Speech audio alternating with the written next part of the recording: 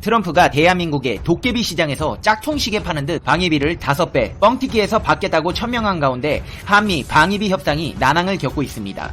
설상가상으로 미국과 북한의 대화 분위기가 깨지고 재대치 양상까지 보이고 있습니다. 이를 지켜보던 영국에서는 한국의 핵 보유국 지위를 제고할 만한 이유가 있다는 분석이 나왔습니다. 북한 문제에 대한 가디언의 관점, 핵 위기의 심화라는 제목의 사설에서 대한민국은 북한의 위협은 감소할 것이고 미국이 언제나 자신들을 지켜줄 것이라는 믿음에 따라 비핵국가 지위를 유지해왔다면서 현재로선 비핵국가 지위를 재검토할 충분한 이유가 있다고 주장했습니다.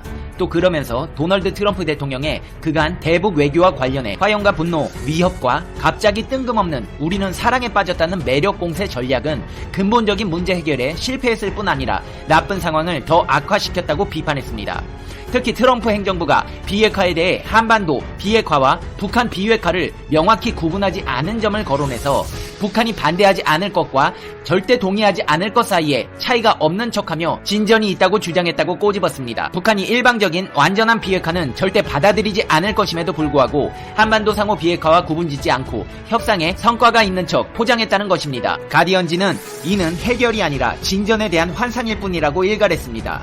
한마디로 트럼프가 잘하는 자기 성과 늘어놓기가 북한과의 관계에 대한 과장으로 이어졌고 실상은 관계 개선이 전혀 이루어지지 못했다는 것입니다. 가디언은 이어 북한의 협상 전략과 관련해 다른 미국 대통령보단 트럼프 대통령을 다루며 특정한 위기감을 조성한다며 트럼프 대통령에게 구애하고 미국의 행동 가능성에는 개의치 않는 것으로 보인다고 분석했습니다.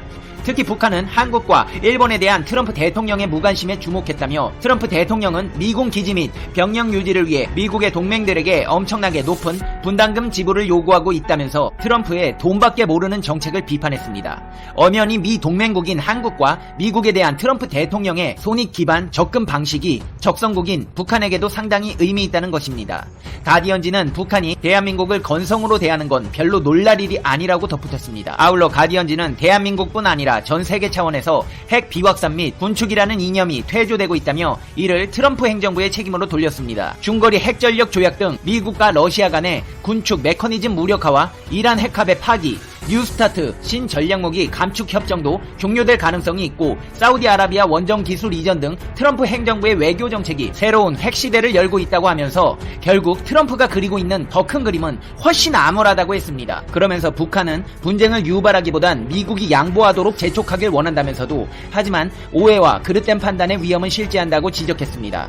가디언지는 결론적으로 북한과 미국의 휴전은 끔찍한 결과로 끝날 수 있다고 경고했으며 이를 피하기 위해 국제적인 노력, 특히 미국의 노력이 필요하다고 했습니다. 가디언지의 사설을 한마디로 요약해보자면 트럼프 행정부 주도로 국제적 핵 경쟁 시대가 도래할 수 있고 북미 대화의 결과가 긍정적이지 못하며 한국에 대한 방위비 요구가 과하다는 경고로 해석됩니다. 미국의 전직 국방장관들도 트럼프 행정부의 한반도 접근법을 비판하며 동맹의 중요성을 강조했습니다. CNBC 방송은 트럼프 행정부 초대 국방장관을 지낸 제임스 매티스와 버락 오바마 정부에서 국방장관이었던 리엄 페네타가 한 포럼에서 한 목소리로 미국의 힘은 동맹에서 비롯된다 라고 밝혔습니다. 특히 매티스 전 장관은 지금은 혼자서 뭔가를 할 수 있는 세상이 아니다. 그런데 미국은 동맹 없이 가거나 심지어 동맹에 맞서기까지 한다고 우려를 표했습니다. 매티스는 지난해 말 트럼프 대통령의 시리아 철군 선언에 동맹에 타격이 된다며 사임했습니다. 미국의 국방장관은 동맹에 피해가 되는 정책에 사표까지 던지고 나올 정도로 동맹을 중요시한다는 겁니다. 페네타 전 장관 역시 매티스와 의견을 같이 했습니다. 그는 미국의 힘은 동맹국 및 그들과 함께 일하는 역량에서 비롯된다며 트럼프 대통령은 동맹국 사람들이 제 값을 확실히 지불하도록 하는데 관심을 가지고 있지만 대통령은 동맹이라는 임무의 중요성에 대해서도 관심을 표명해야 한다고 지적했습니다. 페네타 전 장관은 북한은 여전히 과거와 같거나 그 이상의 위협이 된다며 성과 없는 북미 정상회담의 원인으로 동맹을 등한시하는 트럼프 행정부의 태도를 꼽았습니다. 이렇게 트럼프는 국제적으로 비판에 직면해 있습니다. 하지만 트럼프는 외롭지 않습니다. 여기 세계적으로 비판받는 정치인이 한 명 더 있기 때문입니다. 누구냐고요?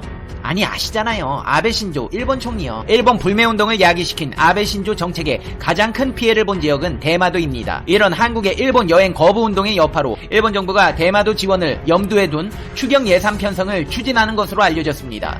대마도 지역 주민들의 절규가 일본 본토 아베에게까지 전해진 것입니다.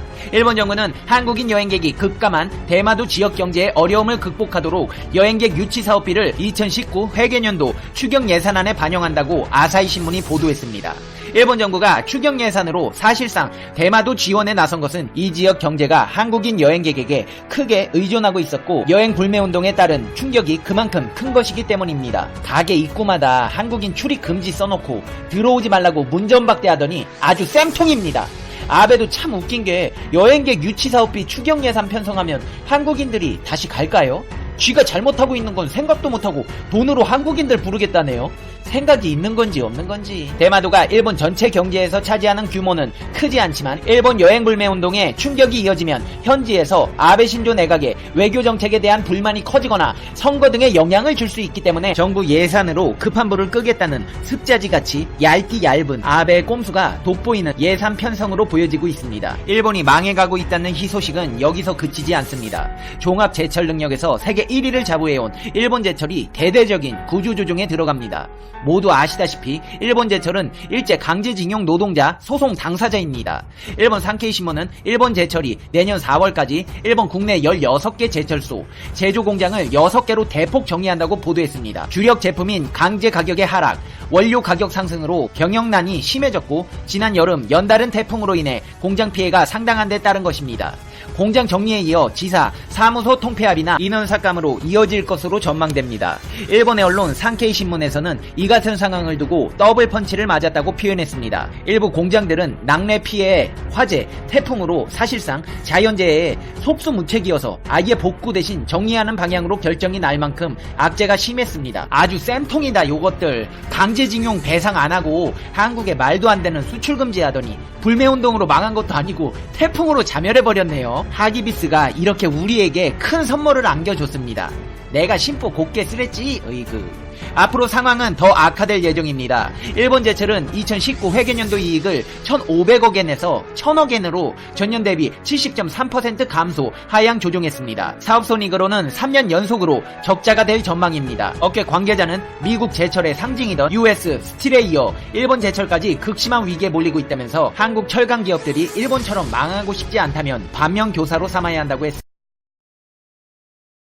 지난 12월 2일 러시아와 중국을 잇는 첫 파이프라인 가스인 파워 오브 시베리아가 가동을 시작하며 전세계 에너지 시장의 새로운 지각 변동이 일어났습니다. 이로 인해 한국은 매우 비싼 미국산 액화 천연가스를 떠안게 될 수 있다는 우려가 나오고 있는데요. 현재 중국과 러시아의 가스연합 및 미국의 액화 천연가스 문제에 관련된 내용 알려드리겠습니다. 영상 시작 전 구독과 좋아요 부탁드립니다. 세계 최대 에너지 소비국과 세계 최대 천연가스 부국이 손을 맞잡게 되었습니다. 특히 중국과 러시아의 이런 선택은 세계 시장에서 액화 천연가스 수출을 확대해오던 미국을 겨냥한 행동으로 분석되고 있는데요. 전 세계에서 약 30-40%의 가스 수요를 담당하고 있는 중국이 미국의 액화 천연가스를 사용하지 않으면 미국의 가스 수출 산업이 몰락할 수도 있는 중대한 사항이기도 합니다. 그리고 중국과 러시아의 가스 연합으로 인해 주변 아시아 국가들의 불똥이 튀었는데요. 최근 트럼프 미국 대통령이 여러 국가에 내걸고 있는 방위비 협박 이후로 액화 천연가스 압박을 추진하고 있는 중이라고 합니다. 인도의 경우 도입 단가가 너무 높아 수입을 사실상 포기하기도 했던 미국산 액화 천연가스. 현재에도 한국은 전체 액화 천연가스 수입분 중 미국산을 20%를 받고 있어 중러의 가스 연합이 위기로 찾아올 수 있다고 합니다. 하지만 미국이 한국을 전제로 더 이상 액화 천연가스 압박을 진행할 수 없다는 분석도 나오고 있습니다. 지난 11월 전세계 선박 중에서 삼성중공업의 액화 천연가스 운반선이 세계 수주 1위를 차지하게 되면서 미국이 쉽게 건드릴 수 있는 문제를 넘어서게 되었습니다. 특히나 한국의 액화 천연가스 운반선이 전 세계에서 가장 많은 액화 천연가스 운반을 담당하며 미국의 관계자들 역시 1순위로 운반선을 수주하는 국가이기 때문에 트럼프 대통령의 선택이 미국 액화 천연가스 시장을 오히려 더 혼란스럽게 만드는 것과 함께 잘 자던 삼성중공업의 쿼터를 건드린 꼴이 되어버린 거죠. 최근에는 삼성중공업이 업계 최초로 5G를 이용한 자율 운항 선박 기술을 검증하고 이를 LNG 운반선에 적용을 성공해 세계적인 기술 진보를 검증하기도 했는데요. 만약 미국의 선택이 삼성중공업의 심기를 계속해서 건드려 운반선에 문제가 생길 경우 미국이 현재 수출을 계약한 나라들의 운반이 어려워져 수출에 차질이 생길 수도 있습니다. 미국의 액화 천연가스 수출이 더뎌질 경우 미국 내 시장이 마비되거나 최악의 경우 고사되는 가능성도 있기에 앞으로의 행보 선택에 조금 더 심혈을 기울여야 할 것 같습니다. 한국 국민 대다수는 한미동맹을 지지하지만 미국의 방위비 분담금 대폭 확대 요구에는 10명 중 9명이 부정적 인식을 가졌다는 미국 싱크탱크의 설문조사 결과가 나왔습니다. 방위비 분담과 관련한 국내 여론조사는 그동안 있었지만 미국에서 한국인을 대상으로 자체 실시해 발표한 것은 이번이 처음입니다. 미 여론조사 전문 싱크탱크인 시카고 국제문제협의회가 한국국제교류재단의 지원으로 한국 성인 1,000명을 조사해 16일 발표한 결과에 따르면 응답자의 92%가 한미동맹을 지지한다고 답했습니다. 응답자의 63%는 동맹이 양국 모두의 이익이 된다고 답변했습니다. 26%는 주로 미국의 이익에, 8%는 주로 한국의 이익에 도움이 된다고 답했습니다. 그러나 현재 진행 중인 방위비 분담금 협상과 관련해서는 94%가 부정적 인식을 보였습니다. 미국 요구의 지급을 거부해야 한다는 응답이 26%, 미국이 제시한 비용보다 낮은 수준에서 협상해야 한다는 응답이 68%였습니다.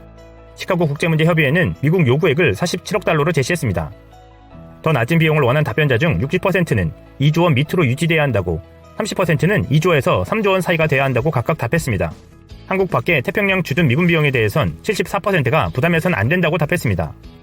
합의에 실패할 경우 한미동맹은 유지하되 주한미군을 감축할 수 있다는 의견은 54%로 나타나 동맹 지속과 함께 미군도 현 수준을 유지해야 한다는 응답 33%보다 많았습니다. 합의 실패가 한국 안보에 미칠 영향에 대해선 70%가 부정적이라고 했으며 22%는 아무런 영향이 없을 것이라고 응답했습니다. 주한미군 장기 주둔에 대해 응답자의 74%는 지지한다고 밝혔습니다. 또 87%는 미군이 한국의 안보에 기여한다고 답했습니다. 미국의 확장 억지가 한국 안보에 기여하는 정도에 대해 답변자의 71%가 긍정적으로 인식했습니다. 확장 억지는 미국이 동맹국에 자국 본토 수준의 해고산, 재래식 무기, 미사일 방어체계 등 핵 억지력을 제공하는 것을 말합니다. 북한이 한국을 공격할 경우 미국이 한국을 방어할 것이란 데 대해 78%가 신뢰한다고 답했습니다. 56%는 북한과 무력 분쟁이 발생할 경우 한국 혼자 격퇴할 수 있다고 답했습니다. 미국과의 관계가 한국 안보에 중요하다는 응답은 94%에 달했습니다. 중국과 관계가 약화하더라도 미국과의 관계를 강화해야 한다는 답변은 62%, 미국과 관계가 약해지더라도 중국과의 관계를 강화해야 한다는 응답은 30%였습니다. 시카고 국제문제협의회는 한국인은 한미동맹에 대해 긍정적이나 트럼프 대통령의 요구에는 반대라는 제목의 보고서를 통해 이 같은 결과를 발표했습니다. 이번 조사는 지난 9일부터 11일 유무선 전화로 이루어졌으며 표본 오차는 플러스 마이너스 3.1%포인트입니다.